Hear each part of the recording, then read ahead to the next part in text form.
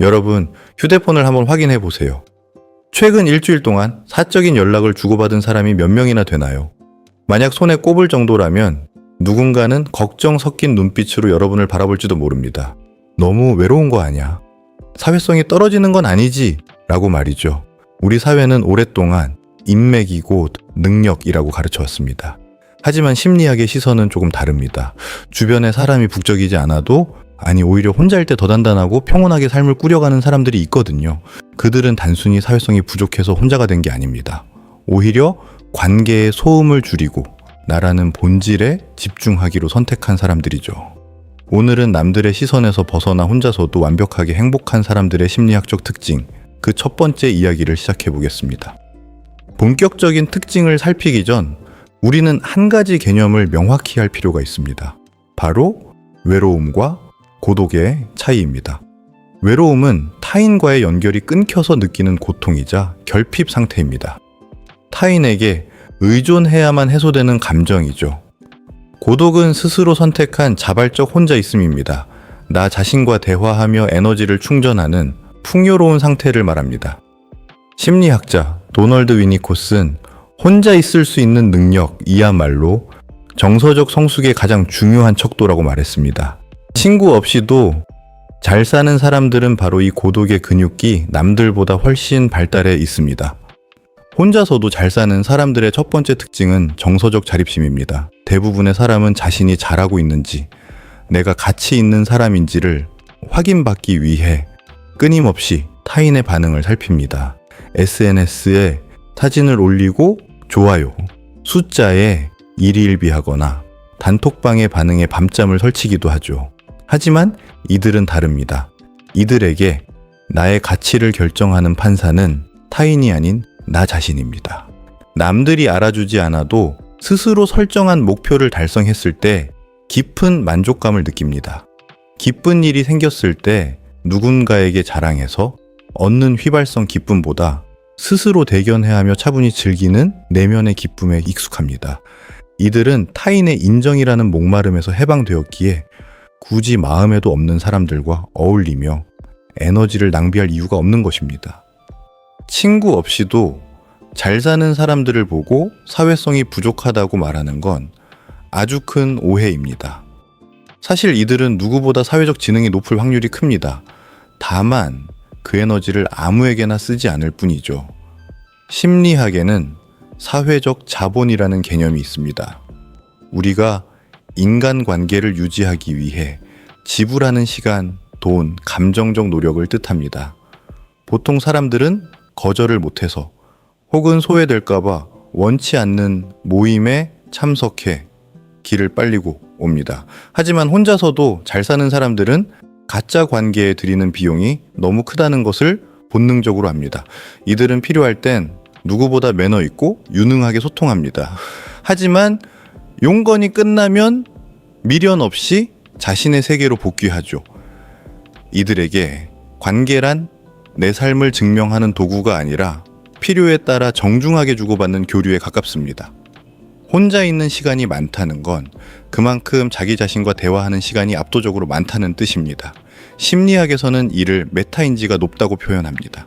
내가 지금 왜 화가 났는지, 내가 어떤 상황에서 가장 편안함을 느끼는지, 나의 장점과 한계는 무엇인지 소름 돋을 정도로 정확하게 파악하고 있습니다. 누군가 나를 비난해도 쉽게 무너지지 않습니다. 그건 저 사람의 의견일 뿐, 실제 나의 모습은 이렇다 라는 확고한 자기 개념이 서 있기 때문입니다. 남들이 오마카세를 가든 명품을 사든 크게 동요하지 않습니다. 내가 진짜 좋아하는 게 편의점 라면과 조용한 방 안에서의 독서라는 걸 알면 남들의 기준에 나를 맞추느라 고통받을 일이 사라집니다. 이들에게 혼자 있으면 심심하지 않아? 라는 질문은 가장 어리석은 질문입니다. 이들은 타인이 채워줘야 할 마음의 빈 공간을 자신만의 콘텐츠로 가득 채우고 있기 때문입니다. 취미 하나를 해도 전문가 수준으로 파고들거나 남들은 지루해할 공부를 놀이처럼 즐깁니다. 심리학자 미하이 칙센트미하이는 이를 플로라고 불렀는데 이 몰입의 상태에 자주 진입하는 사람들은 타인의 온기 없이도 충분한 도파민과 행복감을 스스로 만들어냅니다.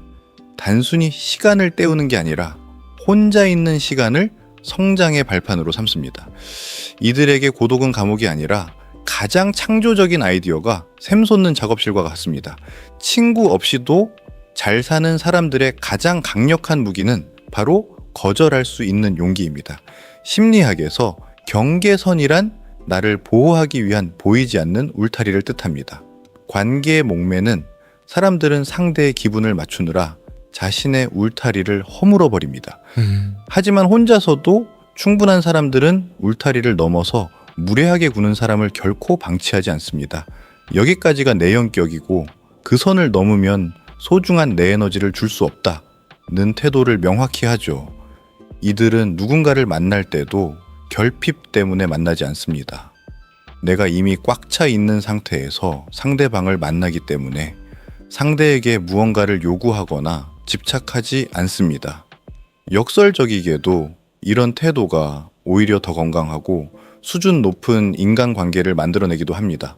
그렇다면 우리는 모두 친구를 끊고 혼자가 되어야 할까요? 물론 아닙니다. 인간은 사회적 동물이고 좋은 관계는 삶의 질을 높여줍니다. 하지만 혼자서도 잘 살 수 있는 능력이 전제되지 않은 관계는 언제든 나를 갉아먹는 독이 될 수 있습니다. 내가 혼자 있는 것을 견디지 못해 사람을 찾는다면 그것은 좋아서 만나는 것이 아니라 외로움이라는 고통을 피하기 위한 회피에 불과합니다. 내가 나 자신과 친해지지 못한 상태에서 맺는 관계는 결국 상대에게 나를 책임져 달라는 무거운 짐을 지우게 됩니다. 영상 서두에 말씀드렸던 것처럼 고독은 결핍이 아닙니다. 오히려 자신에 대한 깊은 신뢰와 사랑이 있어야만 도달할 수 있는 높은 수준의 심리적 상태입니다. 주변에 친구가 적다고 해서 주말에 혼자 시간을 보낸다고 해서 결코 위축되지 마세요. 당신은 지금 타인의 박수 소리에 묻혀 들리지 않았던 자신의 목소리를 듣는 중일지도 모릅니다. 인간관계의 정답은 많고 적음에 있지 않습니다.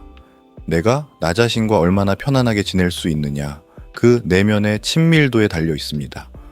오늘부터 조금씩 혼자만의 시간을 소중히 여기고 그 안에서 피어나는 진짜 나를 발견해 보는 건 어떨까요? 여러분이 혼자서도 혹은 함께여도 변함없이 단단한 사람이 되기를 진심으로 응원합니다.